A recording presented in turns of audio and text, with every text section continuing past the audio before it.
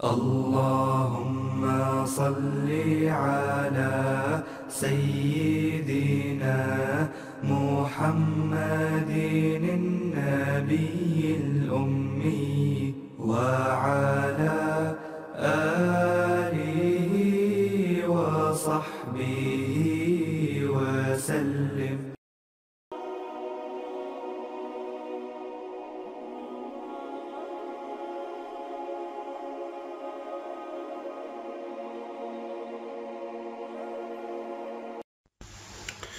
Alhamdulillah wa salatu wa salam ala rasulillah. Alors, mon fils a une question. Quelle est ta question, Hamza? C'est qui Dajjal? C'est qui Dajjal? Il entend parler de Dajjal. Dajjal en arabe veut dire le charlatan, le menteur. Alors, voici l'histoire de Dajjal. Le prophète sallallahu alayhi wa sallam a dit, depuis la création de Adam alayhi salam, le premier être humain, jusqu'à la fin du monde, il n'y a pas une affaire qui est plus grave que l'affaire de Dajjal. C'est quoi cette affaire? C'est un homme, c'est un être humain qui va apparaître entre la Syrie et l'Irak. Ça veut dire que c'est là que la nouvelle va sortir. Il va tuer et tuer et tuer à droite et à gauche. Ensuite, il dit « Je suis un prophète ». Ensuite, il dit « Je suis Dieu ». Et Allah va lui donner des pouvoirs.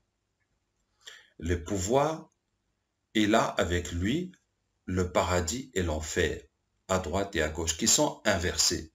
Ce qui ressemble au paradis, en fait, c'est l'enfer. Ce qui ressemble à l'enfer, en fait, c'est le paradis. Ceux qui le suivent et qui meurent, il les jette au paradis alors que c'est l'enfer. Et ceux qui ne le suivent pas, les musulmans, et qui meurent, il les jette dans l'enfer alors que c'est le paradis. Et quand il donne l'ordre au ciel, il pleut. Quand il donne l'ordre à la terre, la plante pousse.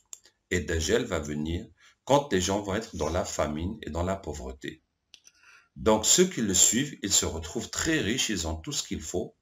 Et ceux qui ne le suivent pas, il s'en va, il ne leur fait rien du tout. Mais quand il part, tous les biens qu'ils possèdent le suivent. Leur nourriture, leurs habits, leur argent, tout ce qu'ils ont s'en va, ils se retrouvent avec rien du tout. Et le prophète sallallahu alayhi wa sallam a dit, la nourriture des musulmans au temps de Dajjal, c'est la nourriture des anges. Ça veut dire que les anges ne mangent pas, mais c'est le tasbih qu'ils font quand ils disent Subhanallah, walhamdulillah, wa la ilaha illallah, wallahu akbar, qui est leur nourriture. Donc les croyants n'auront plus de la nourriture pour manger, mais seulement les tasbih à faire, les prières. Et il y a avec lui deux anges, à droite et à gauche. Et quand il dit aux gens, je suis Dieu, l'ange à droite dit, tu mens. Et personne ne l'entend. Et l'ange à gauche lui dit, tu as dit la vérité. Que l'ange à droite a dit la vérité, que Dajjal est un menteur. Et tout le monde l'entend. Donc les gens voient que Dajjal dit, je suis Dieu. Et ils n'entendent pas l'ange qui dit, tu mens. Ils entendent l'ange qui dit, tu dis la vérité. Et ils pensent que l'ange est en train de confirmer les paroles de Dajjal, que c'est vraiment Dieu. Et donc, Dajjal a toutes les apparences de Dieu. Et en plus, le prophète sallallahu alayhi wa sallam a dit, quand Dajjal va venir, tous les shayatin, tous les diables de la terre vont aller le voir et lui dire, nous sommes à tes ordres. Il leur dit, allez dire aux gens que je suis leur Dieu. Et les diables viennent chez la personne sous forme de son père, de sa mère, de son frère, de sa femme, de son mari, etc. pour lui dire, Dieu est arrivé, Dieu est arrivé. Et il dit non, s'il est croyant, il va dire non, vous êtes des diables, vous mentez. Et ils vont partir. Donc, il y a aussi, le prophète sallallahu alayhi wa sallam dit qu'il est écrit, entre les yeux de Dajjal, il est écrit kafir, mécréant. Et tout croyant peut le lire, qu'il sache lire l'arabe ou qu'il ne sache pas. Donc, l'épreuve de Dajjal, ça veut dire que ce sera une épreuve dans toute la terre. Le prophète sallallahu alayhi wa sallam a dit, il a une mule, entre ses oreilles, il y a 70 coudées, ça veut dire 35 mètres. Entre les oreilles de la mule, ça veut dire que c'est un avion. C'est un avion privé qui va lui permettre de voyager très vite. Le prophète sallallahu alayhi wa sallam a dit, il passe comme le vent. Il va aussi vite que le vent. Et il va aller dans toutes les villes du monde, sauf la Mecque et Médine où il ne peut pas entrer. parce qu'il y a des anges qui la gardent et qui l'empêchent de rentrer. Et quand il va arriver à Médine, il ne peut pas rentrer, il va dire « Ah, c'est la ville de cet homme-là », du prophète Mohammed sallallahu alayhi wa sallam. Et à ce moment-là, il va y avoir un tremblement de terre à Médine et tous les hypocrites et les mécréants, tous ceux qui n'ont pas la foi, vont fuir de Médine pour le rejoindre à l'extérieur sans que lui-même ne rentre à Médine.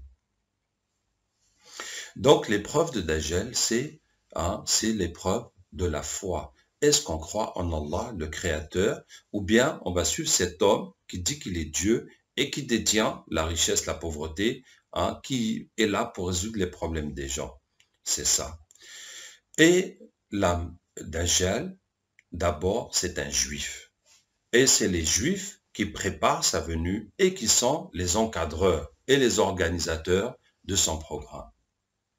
Deuxièmement, les chrétiens croient que Jésus est Dieu et que Jésus a été tué sur la croix et qu'il va être ressuscité, qu'il va revenir. Et beaucoup de groupes chrétiens annoncent la venue de Jésus, alayhi salam.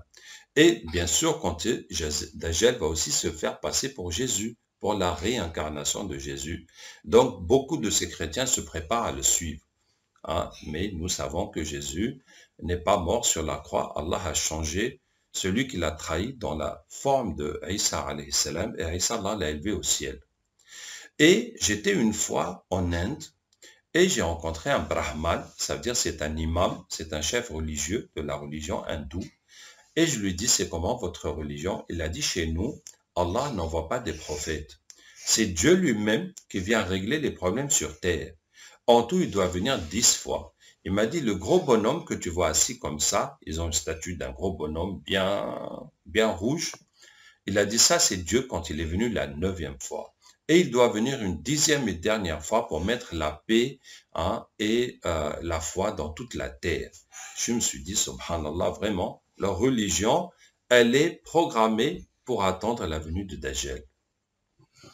Et ce qui fait que presque toute l'humanité va le suivre. Beaucoup de musulmans aussi vont le suivre. Le prophète sallallahu alayhi wa sallam a dit, il y a des musulmans qui vont suivre Dajjal et qui disent on le suit uniquement pour la nourriture, puisqu'il n'y aura pas à manger. Et on leur dit il faut faire le tasbih. Ils disent mais qu'est-ce que tu racontes? Comment je vais faire du tasbih pour manger?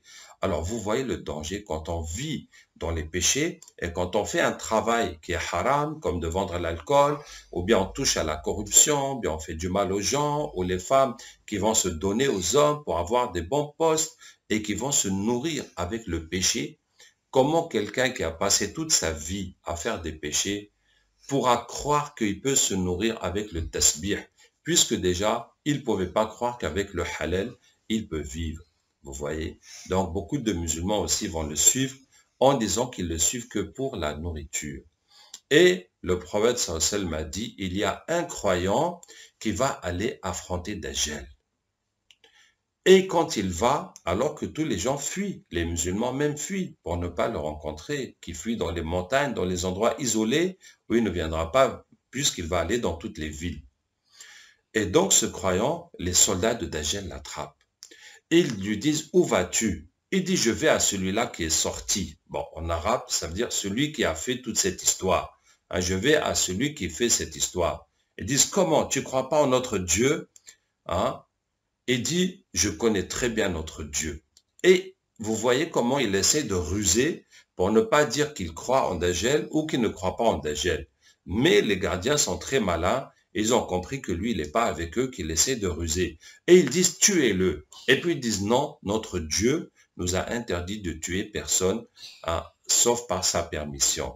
Ça veut dire que Dajjal n'a pas besoin de violence pour que les gens le suivent. Il n'a pas besoin de faire la guerre ou de tuer les gens. C'est seulement avec la pluie, avec les plantes, avec la richesse et avec les miracles qui montrent que les gens le suivent. Et ceux qui ne le suivent pas, ils les laissent et ils deviennent pauvres. Alors ils disent, emmenez-le à Dajjal. Et quand il vient, Dajjal est en train de parler devant les gens. Vous savez, c'est la modernité. Il y a les micros, les télévisions dans le monde entier. On est en train de montrer les miracles de cet homme et que voici le Dieu.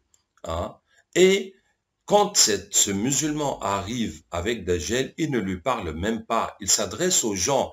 Il dit, Ya ayyuhannas, aux gens, voici le Dajjal que le prophète sallallahu alayhi wa sallam a dit. Le prophète sallallahu alayhi wa sallam a dit qu'il y a les deux anges avec lui. Il a dit qu'il fait la pluie et qu'il fait pousser les plantes. Il a dit qu'il a le paradis, l'enfer, mais sans à l'envers. Il a dit que c'est écrit sur son front, kafir, mécréant. Il a dit que son œil est borgne. Hein? Et il explique. Hein? Et les gardes Dajjal le prennent et le tapent et le tapent et le tapent.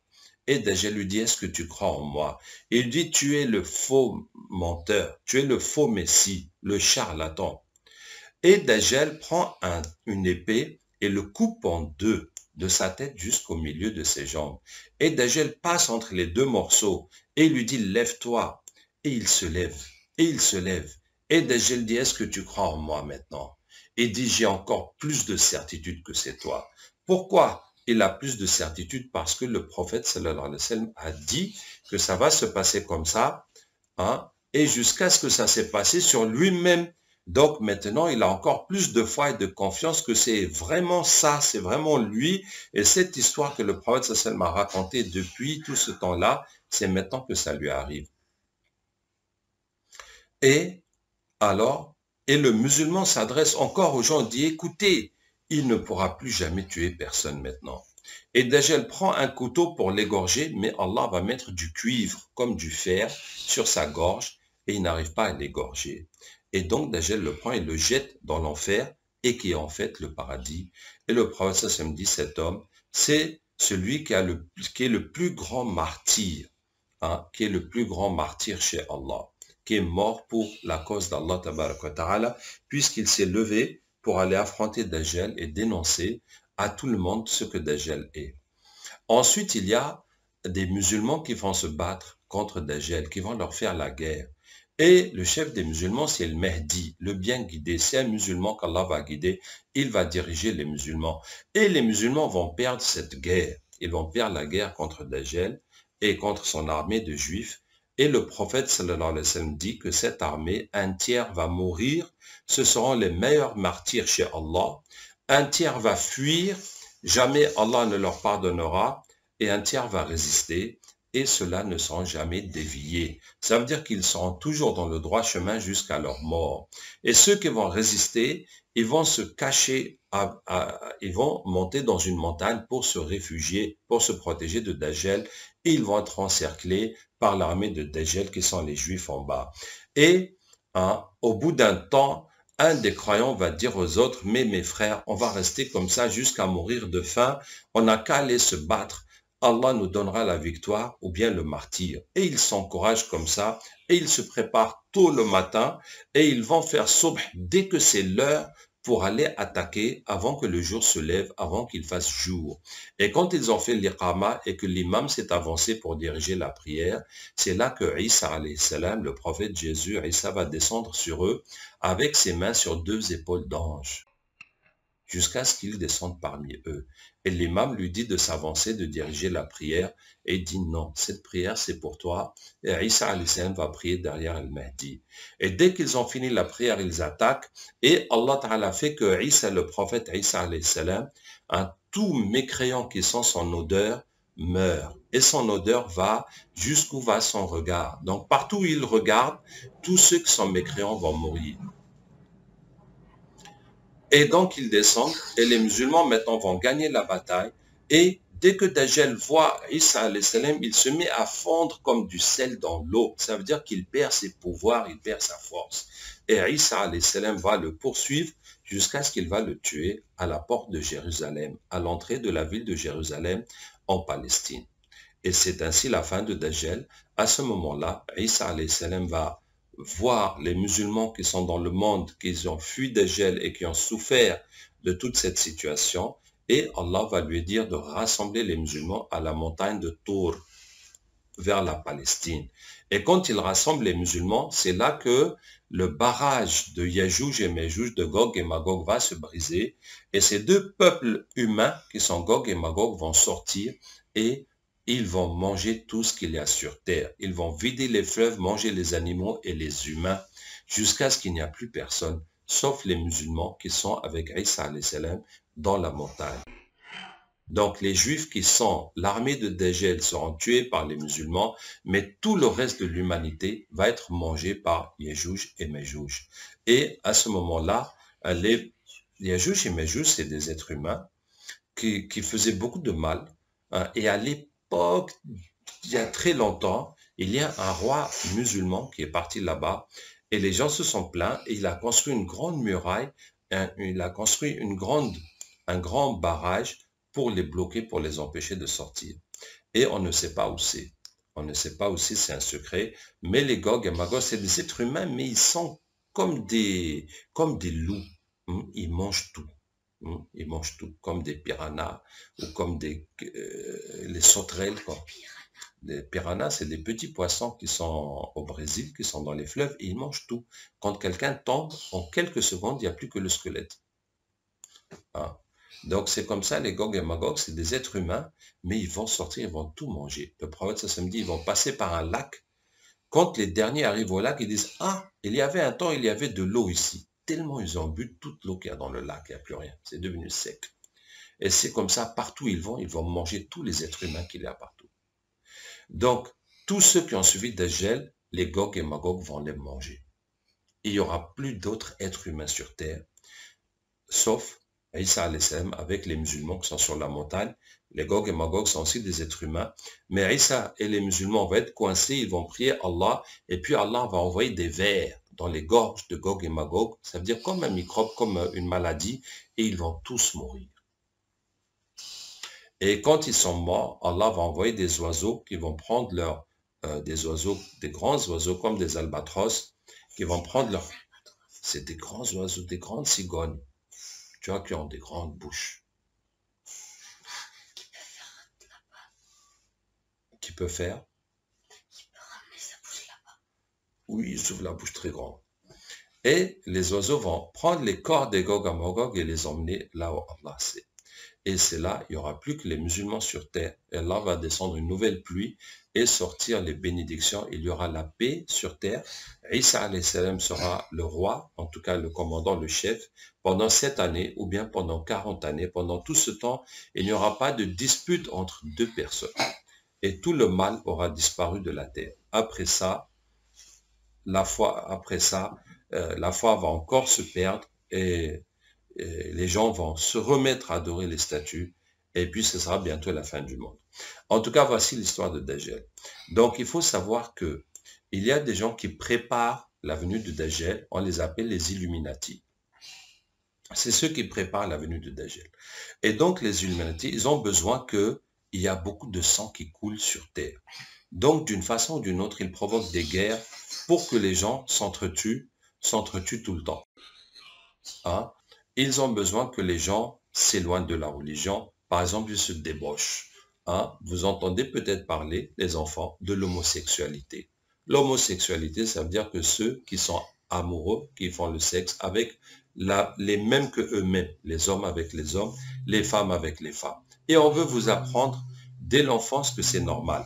Et est-ce que tu penses que c'est normal qu'un homme soit amoureux d'un homme et qu'une femme soit amoureuse d'une femme? Tu trouves que c'est normal? Non. Est-ce que quand tu as grandi, est-ce que tes parents t'ont expliqué que toi, tu es un garçon, il faut que tu sois amoureux d'une fille? Est-ce qu'on t'a expliqué ça? Non. Ou bien tu as compris ça tout seul? J'ai compris tout seul. Tu as compris tout seul qu'un garçon doit être amoureux d'une fille, une fille doit être amoureuse d'un garçon, c'est comme ça qu'on se marie et c'est comme ça qu'on fait des enfants. Donc, on veut vous apprendre que non, c'est pas normal, que tu es libre, que c'est seulement parce que les gens ont mis ça dans ta tête que toi tu penses ça. Bref, les Illuminati, ils veulent préparer tout le monde à la venue de Dajjal en les éloignant de la religion, en leur faisant plein de choses bizarres. Et nous qui travaillons dans la ruqya à soigner les gens, les djinns préparent les gens à Dajjal en leur faisant aller dans le shirk. Le shirk, ça veut dire l'adoration du diable, d'une façon ou d'une autre. Comme porter des protections, des objets de protection, des choses de la chance, aller dans les tombeaux des saints pour demander leur aide, dire des paroles qu'on ne comprend pas, comme par exemple le jeu des esprits, esprit es-tu là, poser des questions aux esprits, tout ça, et comme aussi les films où on banalise la sorcellerie, comme les films de Harry Potter et comme la fête de Halloween, où on te montre que, voilà, on peut être un sorcier gentil. Alors que la sorcellerie, c'est toujours travailler avec le diable. Voilà, qu'Allah nous aide et qu'Allah nous guide. Et est-ce que tu as bien compris l'histoire de Dajjal? Je sais pas.